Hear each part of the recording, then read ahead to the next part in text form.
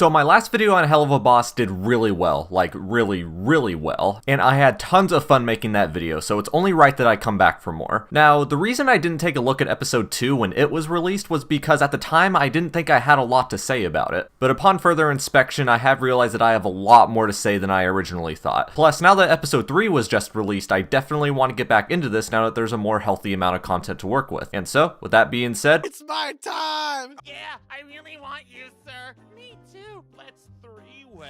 This one I was very excited for. Vivienne had been teasing about Octavia prior to this, and definitely the #1 thing that I was stoked for was her first appearance. It actually took me a good few seconds to realize Octavia was Stolas' daughter. I mean, I wasn't completely blind to it, but seeing the young owlet definitely tilted my head a bit. I mean, I knew Stolas was married, but I never thought he actually managed to hold his breath and land a solid nut. So this episode actually centers around Stolas. I'm really surprised they're doing this already, considering he's been nothing more than a side character who's grown incredibly popular since the pilot's release. And all we know about him is that he's a rich boy out to get some limp imp dick. So him and his wife are having a little cock-off, and Stolas decides it's been too long and takes Octavia out for a day. Also, don't worry, I'll discuss the music later on. So they take the day off and go to a local theme park, with Octavia's obvious disapproval, and decides to have Blitz and the gang join them for their protection. This was interesting. A very nice little outside-of-the-box moment for a team of assassins. So they arrive, and holy shit, Stolas is huge. I swear, I never thought he'd actually be that big. I mean, I guess it was pretty obvious from the pilot, but I definitely never picked up on it until now. I want to say it's cute, but from his perspective, I'm pretty sure this makes Blitz a lolly. But anyway, Blitz is in charge of defending Stolas and gives Mox and Mills a day off, leading to some hilarious and adorable outcomes. Stolas can't keep his impulses in, which drives Octavia nuts, and there's a little side humor with imps attempting to kidnap him, and Blitz putting them down with a little effort. We get a nice scene with a creepy clown thing, and while the music and effects are nice, he's honestly a bit forgettable. Apparently him and Blitz have a past which lead to some conflict, and I believe it was stated that he'd be making a return, but really it's best that he's left as a one-off character in my opinion. I mean, hey, he's an electronic.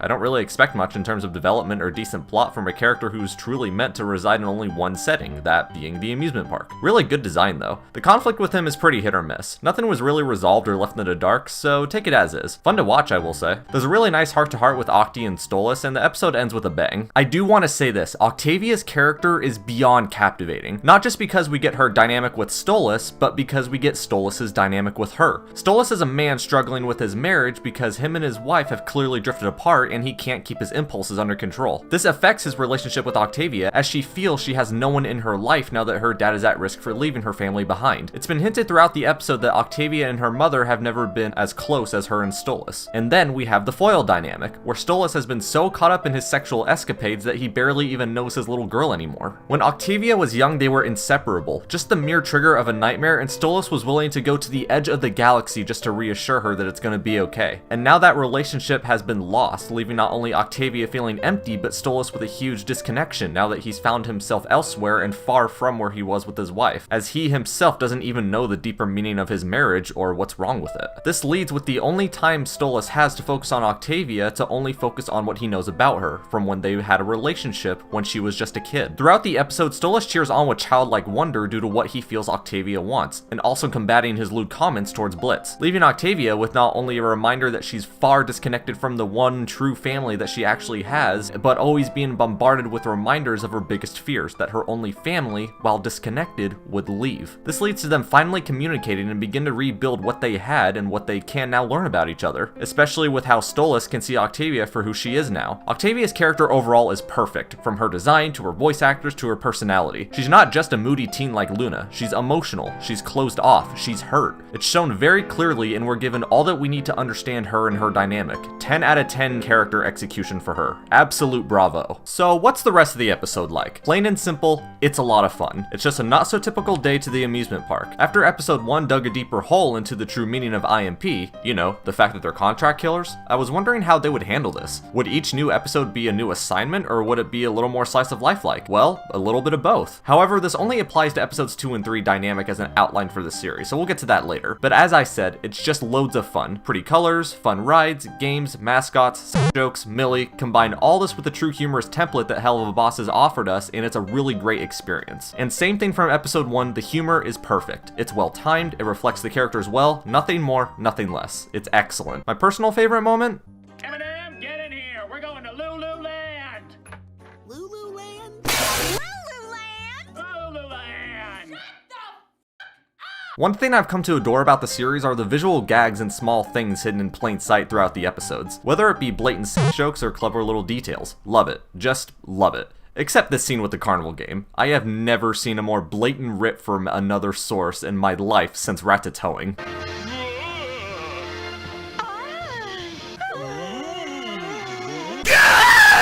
But Millie is adorable, so it gets a pass. After the trailer was released, I was really excited for this. Popstar Chick was teased for this, so I was so hyped. Okay, scene 1. Blitz and the gang. Bitch steals the spot, is apparently Blitz's ex-girlfriend, has a bodyguard, Luna's got a heart-on, Blitz has a sister, maybe? Moxie gets beat the fuck up and stuff happens? What's the name, Blitzo? You STD spreaders. What was sex with her like?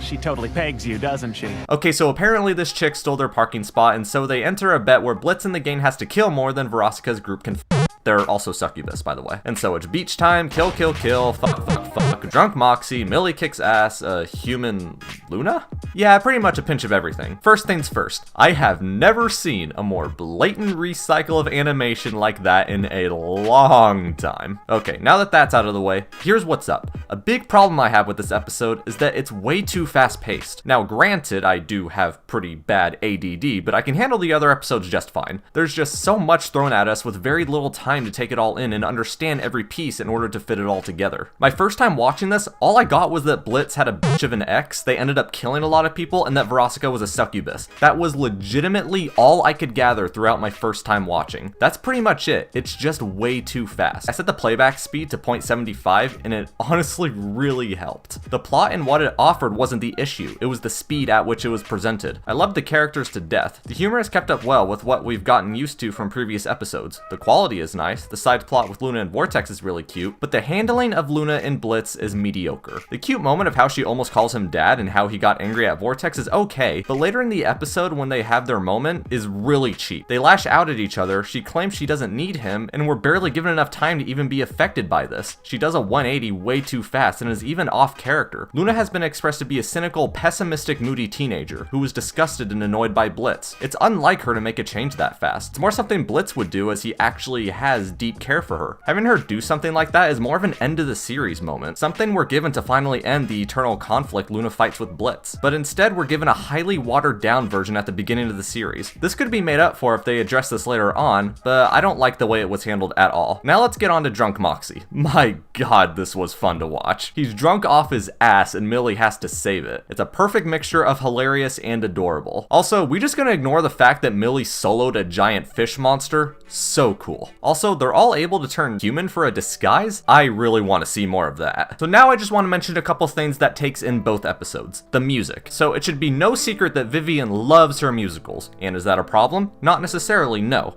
And it really all comes down to the taste in the individual viewer. Stolas' song was gorgeous and ingenious. The visuals reflected the lyrics beautifully and the animation was stunning. I really hope Vivienne drained her bank account paying these guys off because they totally deserve it. Fizzaroli's song was hella catchy and the visuals were equally as engaging. Verosika's song is forgettable. For a slow song, this went by really fast as well. I kid you not, I don't remember a single lyric spoken. Even with the slower playback, it still doesn't last that long. It did present itself well, and I love the presentation given from her other group members as to express their intentions. However, the song itself isn't much to write home about. Now, the animation. It's really odd, but it definitely feels different than episode 1. Episode 1 took the already base design and added a touch of something nice to make it pop up a bit more. Both of these episodes seem to have taken slightly away from that and focused more on how the environment affects the colorization of the characters. And while that may sound like basic art 101, it's actually handled very powerfully, such as in the office with moderate lighting, in Stolas' kitchen with more natural lighting, as well as the luminescence of the house's colors and modeling, at the amusement park with a wider range of colors mixed with natural daylight, a normal day in hell, and much, much more. Some may call this overkill, but I call this respectable. Putting so much energy into something so basic really builds the show. After seeing this, I know now what to truly expect from the series. What a great touch. However, that being said, I can understand how this may lead to some viewers being confused with some inconsistencies, due to all the sudden slight changes scene by scene, but for now, I like it. Conclusion. Episode 2 was a great episode, very well crafted and delivered. Not a lot wrong with it at all. Episode 3, I can take it or leave it. I can appreciate how it built up things that we may possibly see in future episodes, but compared to the others, it was a tad disappointing. I definitely rank it as my least favorite so far, and it honestly gives me not a lot of hope for the series. Now granted, we're only 3 official episodes in, so it may be too early for me to think this, but this episode really threw me off. And while I'll always enjoy whatever content the Helluva Boss team can publish, this was definitely low on the list for me. For me, it's barely a must-watch for the reasons given. However, with that being said, I'm excited for what's next, and I will continue to support the team's projects. Oh, and that whole thing with Millie's voice, I'm already used to it, and I can't picture her with any other voice. Yeah!